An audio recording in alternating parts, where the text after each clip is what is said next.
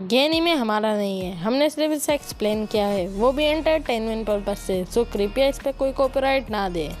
तो पिछले एपिसोड में हमने देखा कि रिसाकी और पुलिस डिपार्टमेंट मिलकर रेप एम्बर की डेथ का सीसीटीवी फुटेज देख रहे होते हैं। जिसके बाद रिसाकी को ये जब पता चलता है कि रेप एम्बर की फियोंसे नाओमी मिसोरा रे की डेथ के बाद से गायब है, तो रिसाकी बड़ा ही शॉक हो जाता है और टास्क फोर्स के सभी मेंबर्स को बताता है कि अब से हम सिर्फ उन्हीं लोगों को इन्वेस्टिगेट करेंगे जो कि रेप एम्बर के सर्विलेंस के अंदर आते हैं, जो कि है देवकी तोत्तिकामोरा और उसकी फैमिली और चीफ यागामी और उसकी फैमिली। और फिर रिसाकी बतारी से कहकर इन दोनों ऑफिसर्स के घर में कैमरास लगवाता है। जब लाइट घर पर आता है तो उसे पता चल जाता है कि उसके रूम में कोई आया था, क्योंकि उसने कुछ ट्रैप सेट करे थे। और अब आगे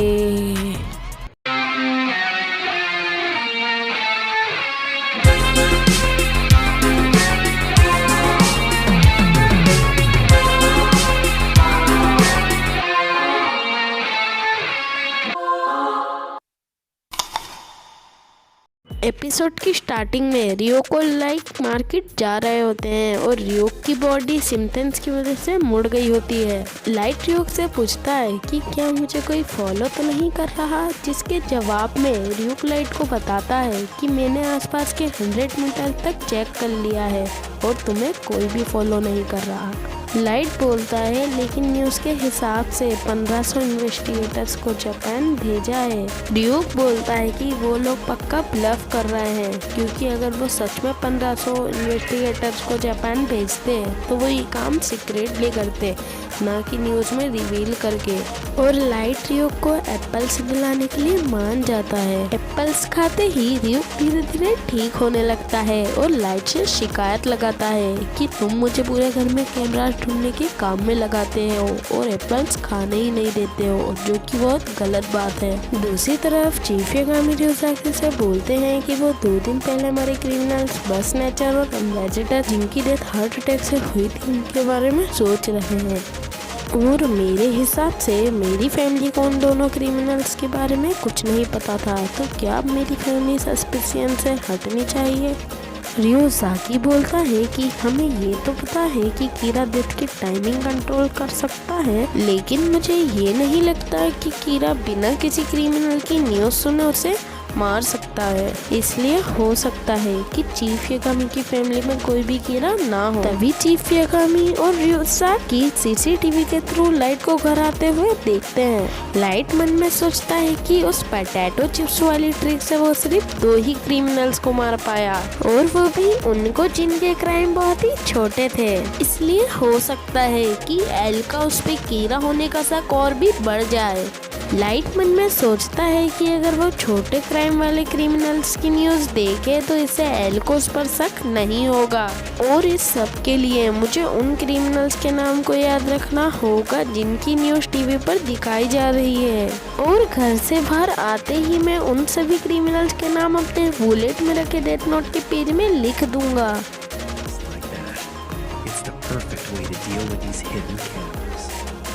दूसरी तरफ रियोसाकी सभी पुलिस डिपार्टमेंट के मेंबर्स को बताता है कि कई दिन की ऑडियोज को सुनने और वीडियोस को देखने के बाद भी उसे उनमें से कुछ नहीं मिला। और रियोसाकी वायर टैप्स एंड कैमरास निकालने का डिसीजन लेता है और साथ ही साथ वो ये बताता है कि उसे अभी भी दोनों फैमिलीज पर 5% शक है, क्योंकि हो सकता है कि कीरा बिना सस्पिशियस बने मर्डर किए जा रहा हो। रियोसाकी अपने मन में सोचता है कि कीरा अगर उन दोनों घरों में से ही है तो वो सर्विलेंस कैमरा के होते हुए भी मर्डर कैसे कर पा रहा है। और कहीं ऐसा तो नहीं कि कीरा किसी का मर्डर सिर्फ उसकी डेथ की विश करके करता हो।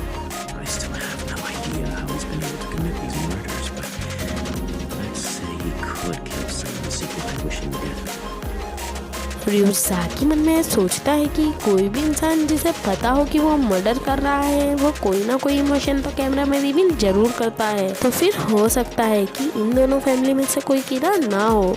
और अगर कीरा उन दोनों फैमिलीज में से ही है तो हमें ये कंज्यूम करना पड़ेगा कि कीरा की मेंटालिटी पूरी गॉड जैसी हो गई है, इसलिए वो बिना किसी एक्सप्रेशन और इमोशन के क्रिमिनल्स को मार रहा है। और रियोजाकी अपने मन में सोचता है कि कहीं ऐसा तो नहीं कि कीरा नाम का कोई पर्सन एग्जिस्ट नहीं करता हो और ये सारा काम गॉड का हो।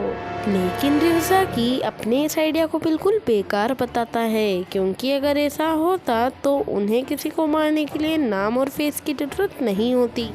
These aren't acts of God, but someone very childish and immature who wants to pretend they're God. That's what's going on here.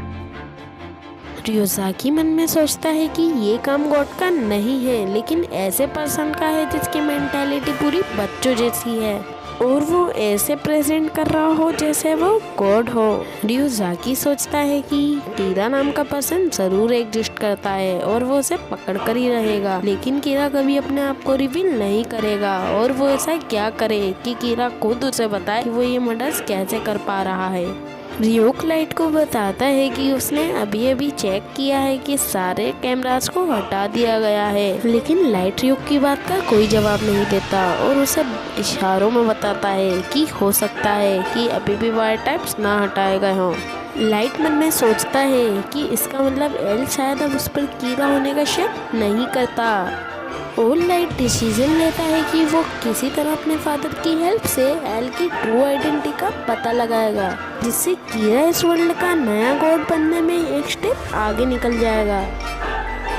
Get rid of Elle, and Kira will be one step closer to becoming the god of the new world. Next morning light university का entrance exam देने जाता है। Light cameras और wire taps हटने की वजह से बहुत ही अच्छा फील कर रहा होता है और ये सोचता है कि अगर यूनिवर्सिटी आ जाएगा तो उसे ये पता लगाने के लिए और टाइम मिल जाएगा कि एल कौन है।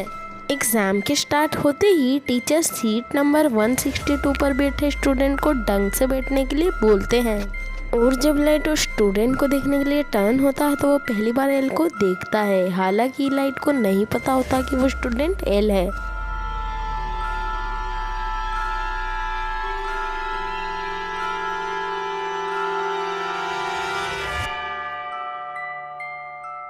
शिनिगामी वर्ल्ड में कुछ शिनिगामी बैठ के रियूक के बारे में बात कर रहे होते हैं, जिनमें से एक शिनिगामी बोलता है कि लगता है रियूक किसी ह्यूमन का पेट बन गया है और वो रियूक का मजाक बनाते हुए बोलते हैं कि ह्यूमन रियूक को पेट कैसे बना सकता है, क्योंकि पेट तो बहुत क्यूट होते हैं और वो हंसने लगते हैं।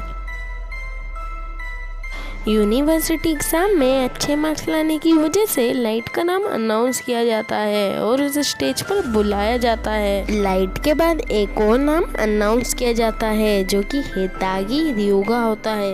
रियोजाकी स्टेज पर आने लगता है, जिससे पता चलता है कि रियोजाकी ने एंट्रेंस एग्जाम के लिए अलग नाम यूज करा होता है। लाइट अपने मन में सोचता है कि इस स्टूडेंट को एग्जाम वाले दिन सही से ना बैठने की वजह से डांटा गया था और मैंने कभी एक्सपेक्ट नहीं किया था कि मुझे इस स्टूडेंट के साथ स्पीच देनी होगी। I knew I'd be giving the address with one other student, but I never expected this. Stage पे स्पीच देने के बाद जब लाइट और रियोजाकी स्टेज से नीचे आ रहे होते हैं तो रियोजाकी लाइट को बोलता है कि मैं जानता हूँ कि तुम्हारे फादर का नाम सोइशिरो यागामी है और वो एनपीए के चीफ हैं। लाइट मन में सोच रहा होता है कि ये पर्सन है कौन।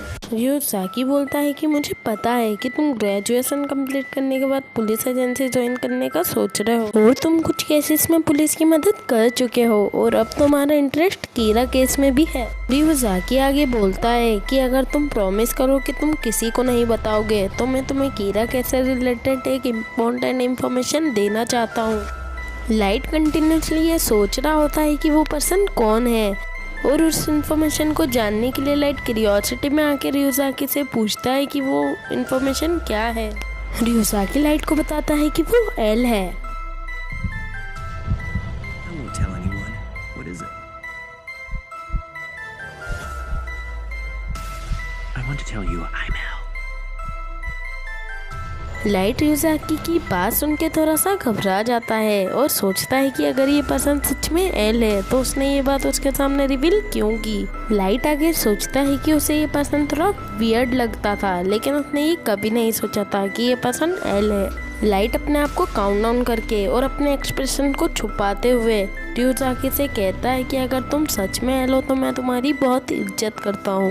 रियोसाकी लाइट को बताता है कि मैंने मेरी आइडेंटिटी तुम्हारे सामने रिवील इसलिए की कि मैं कीरा केस में तुम्हारी मदद लेना चाहता हूँ। रियोसाकी अपने मन में कहता है कि लाइट के कीरा होने की पॉसिबिलिटी सिर्फ 5% है और अगर लाइट सच में कीरा है तो इसमें कोई भी शौक होने वाली बात नहीं है, क्योंकि लाइट कीरा होने के लिए बिल्कुल परफेक्ट है।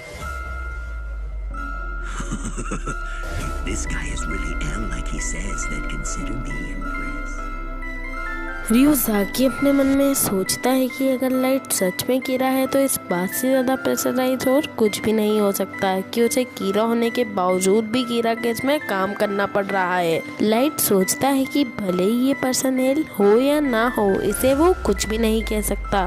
और लाइट सोचता है कि अगर ये पर्सन सच में एल है तो उसने अपना फेस मेरे फादर को जरूर दिखाया होगा, और अगर लाइट को अपनी आइडेंटिटी रिवील करने के बाद अगर ये पर्सन मरता है तो कीरा होने का सस्पिशियन पूरा लाइट पे जाएगा। लाइट अपने मन में सोचता है कि इस पर्सन ने वैसे भी अपना नाम गलत बताया होगा और बाई चांस इसने अपना नाम सही बताया है तो भी इसको मारने में खतरा है, क्योंकि हो सकता है कि इस पर्सन का नाम वो डेथ नोट में लिख दे और उसके माइंड में इस पर्सन के फेस की जगह फेमस पॉप स्टार हिदाकी रियोगा का फेस आ जाए तो बड़ी प्रॉब्लम हो जाएगी।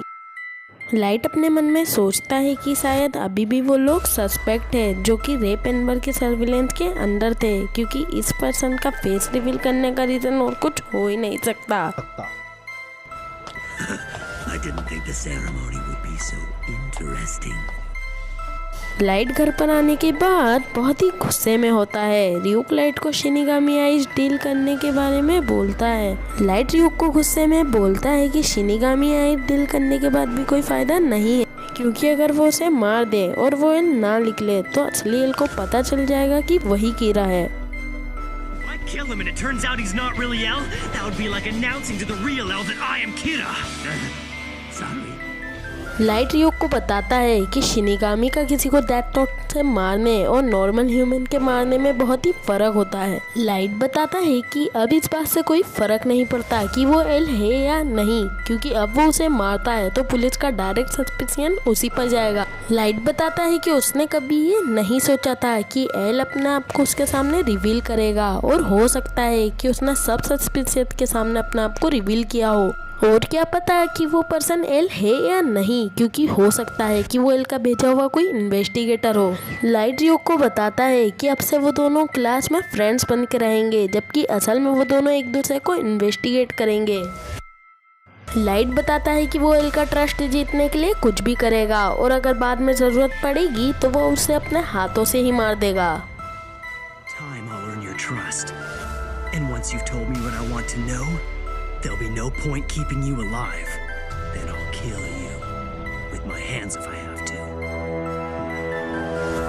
वीडियो पसंद आई हो तो एक लाइक और कमेंट बनता है बॉस। ऐसी ही इंटरेस्टिंग वीडियो के लिए चैनल को सब्सक्राइब करके बेल आइकन दबाना मत भूलिएगा। इस वीडियो को अपने चाहने वालों के साथ शेयर करना मत भूलिएगा। मैं फिर मिलता हूँ आपको ऐसी ही इंटरेस्टिंग वीडियो के साथ। तब तक के लिए दिस इज फुलो चीटा। सी यू, सायोनारा, पीस आउट।